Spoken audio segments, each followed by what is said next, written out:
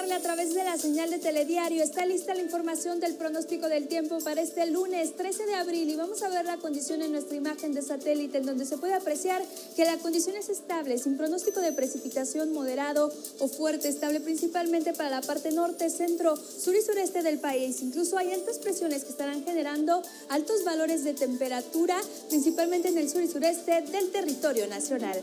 Vámonos con todos los detalles. ¿Qué sucede en Puebla? La temperatura mínima registra un valor todavía un poco fresco y frío. Hay que estar al pendiente de lo que emita Protección Civil. 12 grados centígrados con una máxima de 30 por la tarde, soleado y caluroso. Por la noche el descenso de temperatura de 19 y hasta los 20 grados. Próximos días con valores mínimos de 12 a 13, hay máximas de 29 a 30, sin pronóstico de lluvia para los próximos días.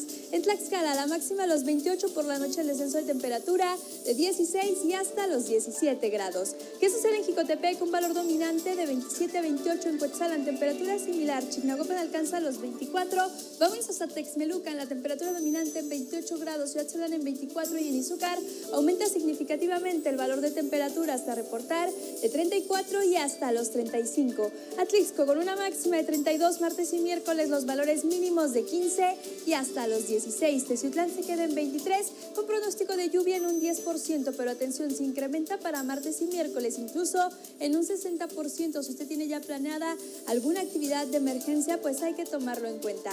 La fase lunar es menguante para este martes 14 de abril. Hasta aquí la información del pronóstico del tiempo. A cuidarse mucho y que pase un excelente día.